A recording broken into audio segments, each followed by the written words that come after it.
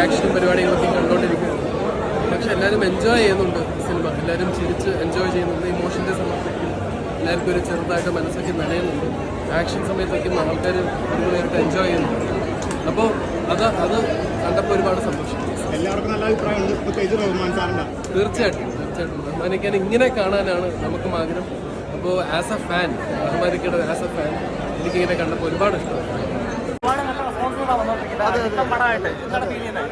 നല്ല റെസ്പോൺസാണ്. തിയേറ്ററിൽ നല്ല റെസ്പോൺസ് കഴിഞ്ഞിട്ടുണ്ട്. നല്ല ഫൺ മൂവിയാണ്. സ്വല്പം പോലും ബോറടിക്കില്ല. നല്ല രീതിയിലുള്ള മുന്നോട്ട് പോകുന്നത് നല്ലൊരു ഫൺ എലിമെന്റ്സ് ആണ്. മൊത്തം ടോട്ടൽ കോമഡി. അതിൻ്റെ കൂടുതൽ ആക്ഷൻ ഉണ്ട്, ഡ്രാമ ഉണ്ട്, സെന്റിമെന്റ്സ് ഉണ്ട്, അങ്ങനെ പല സംഭവങ്ങളുണ്ട്. എല്ലാം വളരെ നന്നായിട്ടുണ്ട്. ഇത്രയും നല്ലൊരു സിനിമയുണ്ടോ സത്യം പറഞ്ഞാൽ അടിപൊളിയായിട്ട് ഒമർക്ക് ചെയ്തിട്ടുണ്ട്. അതൊന്നും ഒമർക്ക് ശരിക്കും പറഞ്ഞാൽ ബാക്കാണ്. ഒമർക്കയുടെ കംബാക്ക് മൂവിയാണ്. റഹ്മാൻ സാറിന്റെ കംബാക്ക്. ഞാൻ പറഞ്ഞ നല്ല ഗിഫ്റ്റ് എനിക്കാണ് തരുന്നത്. ഈ പടം ഹിറ്റായിട്ട് എല്ലാവരും ഒരു ഗിഫ്റ്റ് പോലെ തരണം. ഇത് ഞങ്ങളുടെ എൻ്റെ ബർത്ത്ഡേ ട്രീറ്റ് ആയിട്ടും കരുതണം. ഈ പടം പടത്തിൽ ഒരു സർപ്രൈസ് ഉണ്ട്. അതെന്താണെന്ന് പറയാൻ വേണ്ടി പറയുന്നുണ്ട്. അത് പറയണം.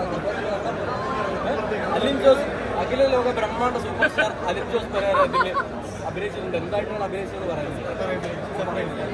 സർപ്രൈസ്.